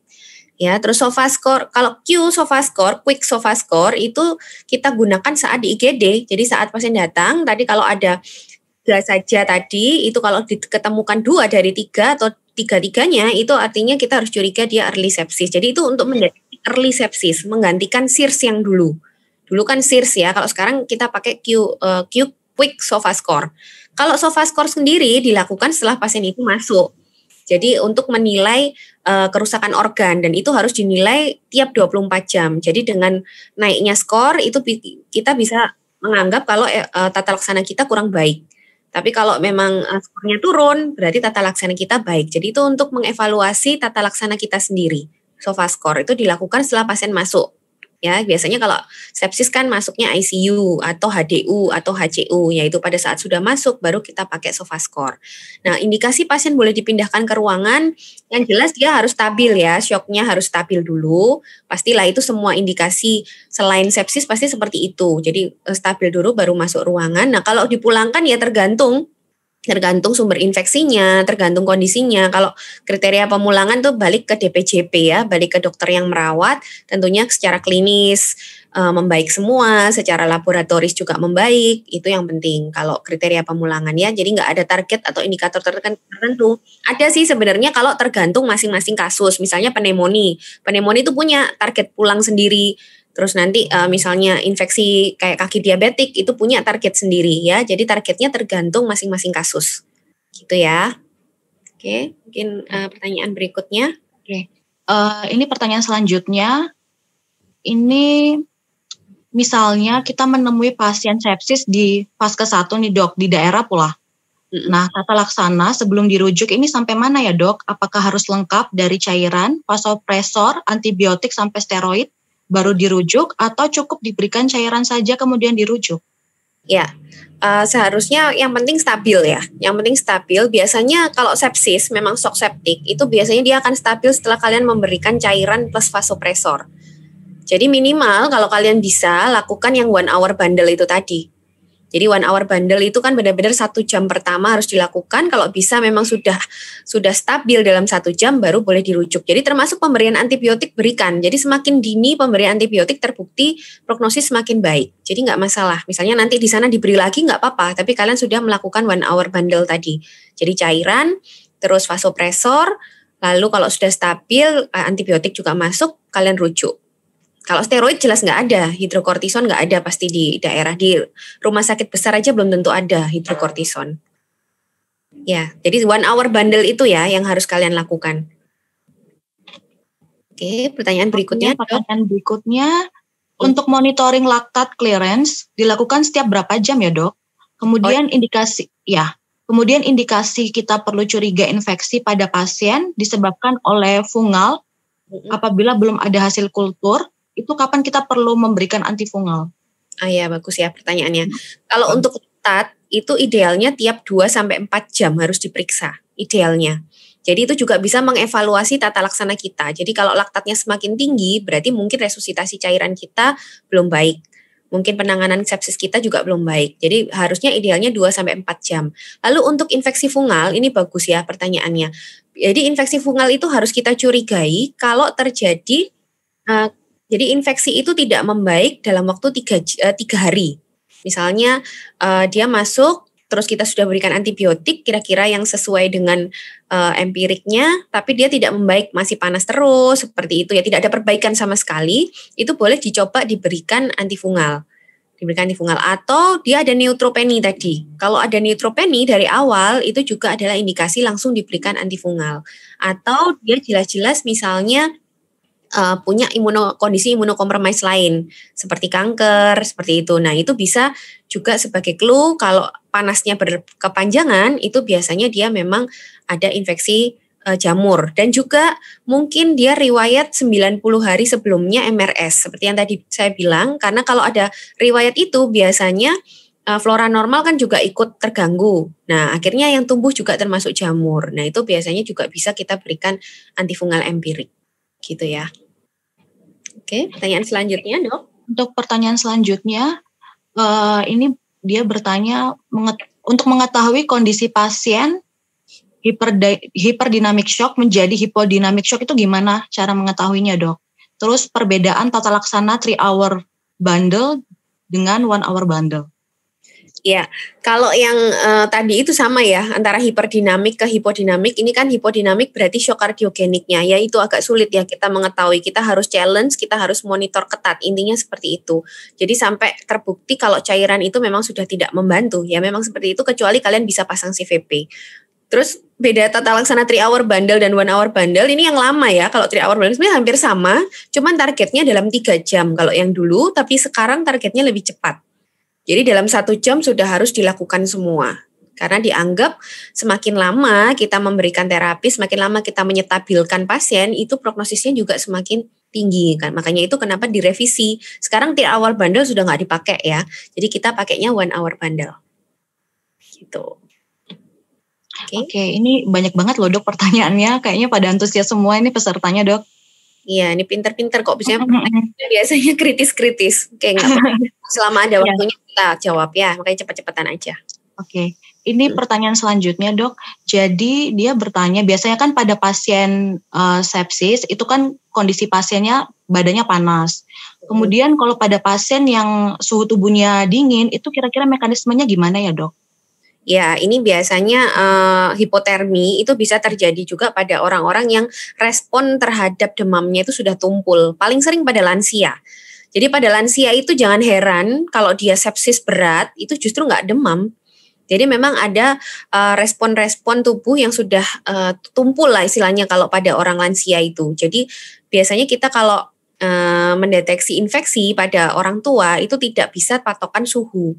Karena suhunya kebanyakan normal, tapi dengan misalnya perubahan pola makan, dia biasanya mau makan tiba-tiba 1 minggu terakhir nggak mau makan, tiba-tiba dia lebih sensitif, mudah marah, itu sudah tanda-tanda kalau orang ini ada sesuatu, kalau pada geriatri ya. Nanti kapan-kapan saya bikin tentiran sedikit tentang geriatri, tapi yang dasar-dasar aja, karena memang menarik. Jadi pasien lansia itu sama seperti kita ngomong pasien anak ya, jadi bukan orang dewasa mini atau bukan orang dewasa tua, tapi ya lansia, dia punya karakteristik sendiri-sendiri. Ya, tapi nggak apa-apa, nanti jadi ide juga sih nanti kapan-kapan kita bikin tentiran tentang ini ya, Dr. Devi. Jadi ada geriatri, khusus karakteristik geriatri yang kalian harus tahu di lapangan. Jadi kalian supaya tahu kalau geriatri itu tidak harus melihat sama seperti dewasa, contohnya ini. Jadi dia belum tentu demam, mungkin malah dingin badannya. Karena tidak ada respon dari hipotalamusnya untuk mengeluarkan prostaglandin gitu. Untuk selanjutnya ini pesertanya minta dijelasin lagi dok, karena dia masih kurang paham bedanya prokalsitonin dan CRP sebagai penanda inflamasi. Apakah keduanya bisa digunakan untuk infeksi bakteri atau virus? Kemudian jika tidak ada pemeriksaan prokalsitonin, apakah ada indikator lain untuk menilai keberhasilan antibiotik pada shock septic? Oke, satu dulu yang dijawab ini. Jadi kalau CRP itu adalah protein fase akut ya. Protein fase akut ini akan meningkat pada semua kondisi inflamasi. Jadi CRP ini dihasilkan oleh liver kita, respon dari IL-6 kalau nggak salah. Jadi dia karena adanya IL-6 itu liver membuat CRP. Nah, CRP ini adalah penanda inflamasi. Jadi tidak hanya pada infeksi dia ya. Jadi pada SIRS pun CRP bisa naik. Kalau prokalsitonin ini memang lebih spesifik. Jadi dia bisa sebagai penanda infeksi terutama bakteri. Karena kalau prokalsitoninnya tinggi itu dia spesifik atau lebih sensitif untuk mendeteksi bakteri bukan virus. Tapi kalau rendah dia tidak juga menyingkirkan infeksi bakteri. Tapi kalau tinggi sudah pasti dia bakteri ya. Terus kalau untuk tidak ada pemeriksaan prokalsitonin, indikator lain ya kita pakai leukosit misalnya atau kita pakai klinis, itu cukup kok sebenarnya. Jadi prokalsitonin ini hanya tambahan dan tidak sesuatu yang bisa membantu 100% juga enggak. Kalau misalnya kita biasa di daerah memberikan pasien antibiotik, ya kita lihat klinisnya aja. Klinis, terus leukositnya mungkin awalnya leukositosis dia semakin turun. Nah itu berarti sudah respon yang baik dari antibiotik. Nggak perlu prokalsitonin. Ya, oke. Terus ini apakah ada batasan waktu dikatakan untuk shock persisten? Ya. Kemudian pertanyaan selanjutnya, jika terjadi oliguria, terapi apa yang diberikan dok? Oke, ya kalau untuk shock refraktor ya tentunya harus sudah lewat tadi itu ya, jadi sudah diberikan cairan, kira-kira mungkin urinnya itu sudah lumayan baik, terus kalian berikan vasopresor, ternyata vasopresor pun tidak naik tensinya, lalu kalian berikan dopamin atau dobutamin juga tetap aja dia hipotensi, nah itu mungkin sudah terjadi insufisiensi adrenal tadi, jadi butuh hidrokortison ya. Jadi kalau refraktor tuh artinya sudah dilakukan semua, tapi kok tensinya masih tetap aja hipotensi, masih tetap aja ada tanda-tanda shock gitu loh. Jadi itu artinya tidak bisa atau tidak berhasil dengan yang sebelumnya. Tapi yang sebelumnya juga harus dipastikan sudah efektif ya. Kalau yang sebelumnya belum efektif ya bukan refraktor namanya, tapi kita belum optimal. Tapi kalau sudah optimal semua, tetap aja terjadi hipotensi atau shock, baru kita sebut itu refraktor. Gitu ya. Terus yang untuk oligouri, terapi apa yang diberikan waktu di tentiran saya AKI ya, tetap sama cairan juga. Jadi kalau oligouri ya kita harus coba cairan dulu karena pada shock septic juga terjadi shock hipovolemik kan. Jadi pasti terjadi AKI. Nah, terapinya sama-sama harus mengisi cairannya dulu Jadi mengisi cairan juga dibuktikan nanti sampai memang terbukti urinnya tambah, oh berarti memang sudah terresusitasi dengan baik, baru kita tambah vasopresor. Seperti itu. Oke, lanjut. Oke, untuk pertanyaan selanjutnya. Selamat malam dokter, izin bertanya, ini apakah sign dan simptom sepsis dapat terjadi akut? Karena sebelum pandemi, saya pernah dapat pasien dengan keluhan sesak akut, demam tinggi, onsetnya 1 hari. Kemudian hipotensi, penurunan kesadaran, gambaran ronsennya ke arah pneumonia. Angka leukositnya sekitar 30.000, tetapi riwayat infeksi sebelumnya tidak ada. Pasien dikatakan belum pernah sakit-sakitan sebelumnya. Apakah pada pasien tersebut dapat dicurigai sepsis, dok? Iya, bisa. Bisa ya. Jadi kalau memang pasiennya datang ini biasanya ARDS ya. Kalau sudah sesak akut ini sudah kok mirip COVID ya. Jadi ada demam cepat sekali terjadi. Tapi memang biasanya kalau ARDS pada bakteri ya, ini pada bakteri itu memang dalam 1-3 hari bisa terjadi ARDS katanya. Dari kemarin webinar yang saya ikuti, justru kalau COVID itu baru terjadi di atas 7 hari. Jadi ini benar. Jadi kalau sebelum pandemi dalam 1 hari aja dia langsung progresif ke ARDS, bisa jadi dia memang pneumonia bakteri yang sangat ganas ya. Biasanya itu Staphylococcus yang kayak gitu tuh. Biasanya kayak gitu. Jadi leukositnya tinggi sekali, respon imunnya sangat berlebihan, terus akhirnya langsung cepat jatuh ke kondisi sepsis dan ARDS. Bisa sekali. Tapi biasanya harus dicari ya ini kalau sampai pneumonia berat itu pasti ada faktor komorbid ya. Ini juga harus cari. Biasanya pada orang-orang muda yang sehat itu jarang sekali sih sampai terjadi sepsis. Jadi sepsis itu terjadi kebanyakan pada orang-orang imunokompromis. Juga tetap harus digali riwayatnya kalau sebelumnya dia tidak ada riwayat sakit ya. Gitu. Oke. Untuk selanjutnya, untuk biomarker sepsis seperti prokalsitonin, CRP, dan laktat, mana yang lebih baik diperiksakan secara rutin untuk monitoring pasien sepsis? Lalu, pada pemeriksaan awal, apakah sebaiknya diperiksakan semua dok bila terdapat fasilitasnya? Ya. Kemudian ini ada lagi dok, biar sekalian. Ini ada yang bertanya, kemudian untuk pemberian ceftriaxone sebagai antibiotik empiris, ini diberikannya berapa lama dok? Kalau misalnya hasil kulturnya sudah keluar, apakah masih tetap diberikan meskipun kondisi pasiennya sudah membaik? Oke. Ya, kalau yang biomarker tadi, kalau ada fasilitas biasanya yang perlu diperiksakan itu laktat sama prokalsitonin ya, karena CRP itu kan nggak spesifik. Jadi laktat ini sangat penting, karena laktat itu tadi dia bisa khas atau unik pada pasien sepsis karena dia tidak terpengaruh oleh aliran perfusi darah. Karena biasanya kalau bukan sepsis, itu misalnya karena shock apapun ya, shock hipovolemik atau shock kardiogenik, itu kan terjadi laktat karena kurangnya perfusi. Nah, kalau perfusinya diperbaiki, laktat pasti akan membaik. Beda dengan sepsis. Kalau pada sepsis, kerusakan tuh bisa langsung terjadi pada mitokondrianya. Jadi meskipun perfusinya sudah diperbaiki, tapi kalau infeksinya masih terus berjalan, mitokondrianya masih rusak, laktatnya masih akan tinggi. Jadi ini khas sekali pada sepsis dan sudah masuk rekomendasi ya. Jadi kalau sudah di atas 2 laktat itu berarti dia sudah ke arah shock septic dan ini penanda nanti kalau diperiksa 2-4 jam itu targetnya memang harus turun. Karena kalau nggak turun itu artinya sepsisnya belum tertangani dengan baik. Gitu. Jadi kalau yang paling penting laktat jelas. Kalau prokalsitonin ada, boleh diperiksakan juga untuk membedakan kira-kira ini bakteri atau virus pertama dan nanti bisa untuk pedoman atau membantu kita menerapi dengan antibiotik. Misalnya kalau prokalsitoninnya sudah cukup baik, ya antibiotik itu bisa cepat diturunkannya atau cepat diubah misalnya dari IV menjadi oral, misalnya seperti itu. Terus ceftriaxone tadi berapa lama kita berikan? Ya sampai hasil kultur keluar ya.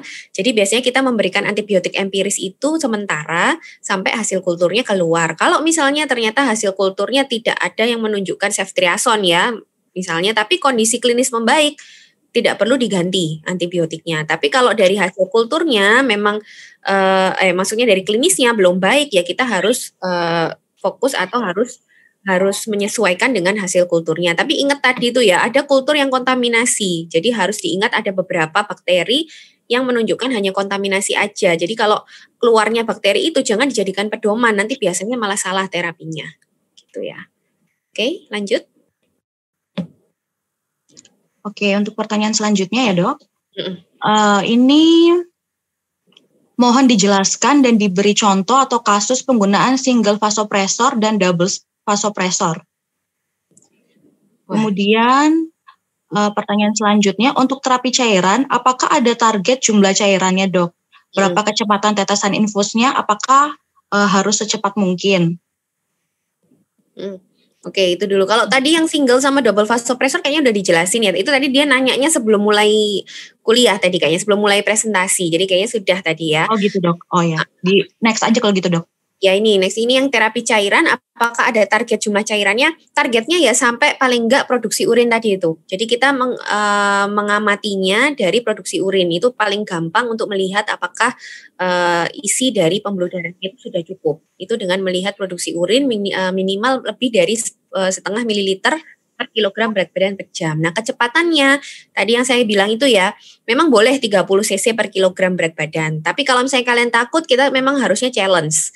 Kalau challenge ya misalnya dimasukkan dulu 500 cc dalam setengah jam atau dalam 1 jam, dilihat lagi. Kalau masih oke, masukkan lagi. Seperti itu terus. Jadi sepsis ini memang bukan seperti shock hipovolemik biasa. Kalau shock hipovolemik biasa kan kita bisa memberikan secepat mungkin, sebanyak mungkin. Tapi kalau sepsis kita harus hati-hati dengan kondisi depresi miokardnya. Ya, jadi lebih baik di challenge itu tadi. Oke, terus berikutnya. Oke, selanjutnya pada SIRS juga bisa terjadi stres. Apakah pada SIRS ini bisa terjadi stres hiperglikemi? Kemudian untuk terapi vasopresor dengan norepinefrin, teknis pemberiannya itu gimana sih, Dok? Ya, oke. Pada SIRS itu bisa terjadi stres hiperglikemi juga ya, karena sama-sama itu adalah respon inflamasi, ada stres kan di dalam tubuh. Stres itu kan bisa infeksi, bisa trauma. Nah, setiap ada stres selalu akan meningkatkan hormon kortisol tadi. Nah, hormon kortisol itu yang menyebabkan terjadi hiperglikemi. Sama seperti waktu kemarin saya jelaskan KAD ya. Jadi ada hormon-hormon kontra insulin yang meningkat pada orang-orang yang ada stres, jadi infeksi dan non-infeksi.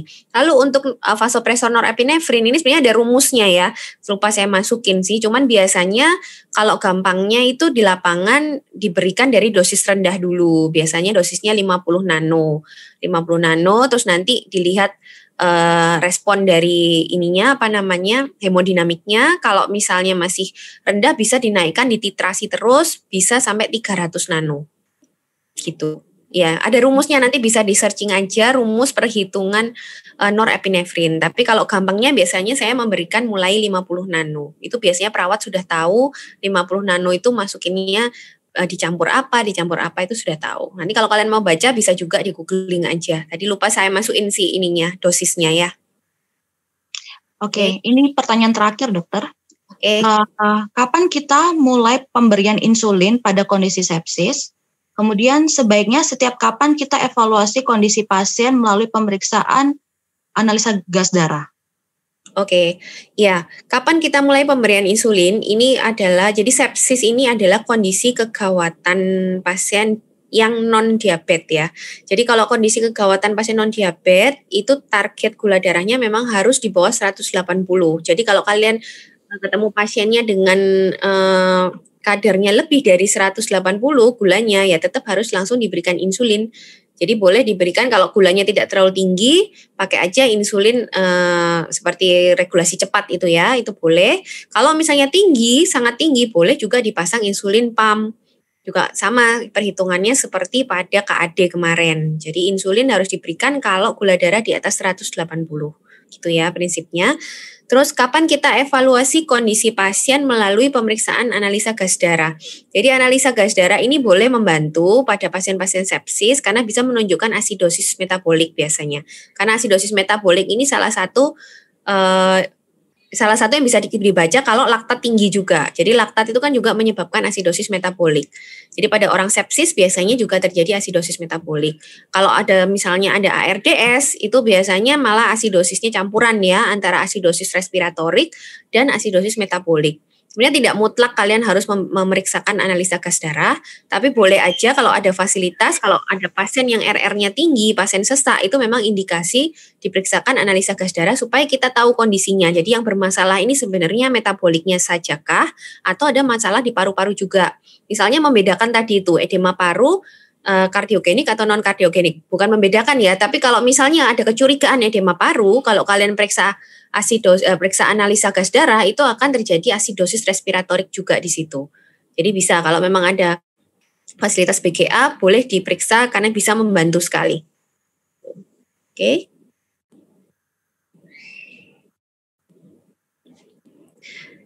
Kayaknya belum di-unmute deh, Dev. Kamu, Dev.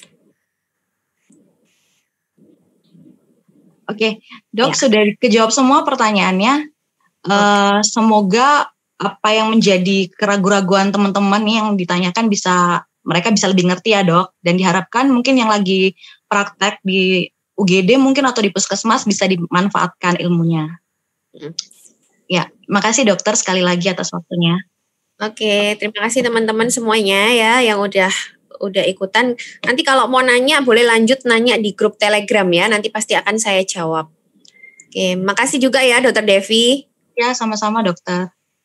Oke. Oh ya, buat teman-teman semua, ini saya mau kasih info nih, jangan lupa ya, kan kita ada giveaway buat 2 orang pemenang. Jangan lupa untuk share atau upload testi kalian yang buat sekreatif mungkin, sebagus mungkin. Ntar kita akan pilih 2 orang beruntung, kemudian akan langsung kita email untuk kirim giveaway-nya. Terus jangan lupa juga untuk terus pantengin Instagram kita untuk jadwal tentiran online selanjutnya. Dan juga ada beberapa program baru yang Interna Isfan sedang rancang nih teman-teman. Dan sebentar lagi akan launching. Semoga bisa lebih menarik minat teman-teman sekalian. Dan pastinya bakal lebih seru. Oke, terima kasih sekali lagi buat semuanya yang udah join. Sampai jumpa di lain kesempatan. Selamat malam. Bye-bye. Bye, Dok.